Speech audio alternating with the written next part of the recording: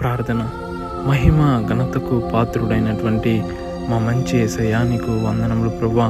మరొక రోజులోనికి మా అందరినీ సజీవ లెక్కలో నిలిపి ఈ ఉదయకాలపు సమయంన నీకు ప్రార్థించుకొని మీకు కృతజ్ఞతాస్తుతులు చెల్లించుకోవడానికి మా అందరి జీవితంలో ఇచ్చిన మహాకృప కనికరములను బట్టి వందనములు ప్రభువా.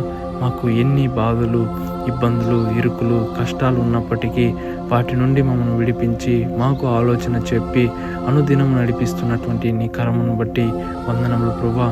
మీ కరము మమ్మల్ని ఎన్నడూనూ విడువదు ప్రభువా. మేము చేసిన విడువని ఎడబాయని దేవుడు తండ్రి. నీ వాక్యం సెలవిచ్చిన రీతిలో అడుగుడి మీకు ఇవ్వబడును అన్న రీతిగా ప్రభువా, ఎందరైతే అడుగుచున్నారో ప్రార్థిస్తున్నారో ప్రభువా, వారి కుటుంబాల నిమిత్తము, వారికి ఉన్నటువంటి కష్టాలు కన్నీటి నిమిత్తము ప్రతి ఒక్కరిని జ్ఞాపకం చేసుకో ప్రభువా. వారి ప్రార్థనకు జవాబు దయచే ప్రభువా.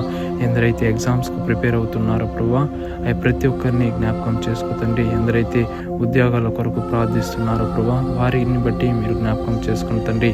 ఎందరైతే ఉద్యోగాలు చేస్తున్నారో ఆ స్థలంలో వారికి మంచి జ్ఞానమును తండ్రి, ఉద్యోగంలో వారు తన నమ్మకంగా పనిచేసే ధన్యతను దయచే ప్రభువా.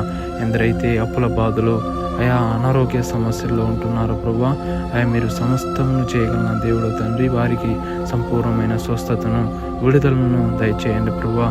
మీ కృపలో మమ్మల్ని నిత్యం నడిపిస్తున్న విధానం బట్టి మీకే కోట్లాది వందనములు, స్తోత్రాలు చెల్లించుకుంటూ ప్రభును రక్షకుడైన నజరేయుడైన యేసయ్య అతి పరిశుద్ధమైన నామం పేరట అడిగి ప్రార్థించి వేడుకుంటున్నాం మా పరమ తండ్రి. ఆమేన్.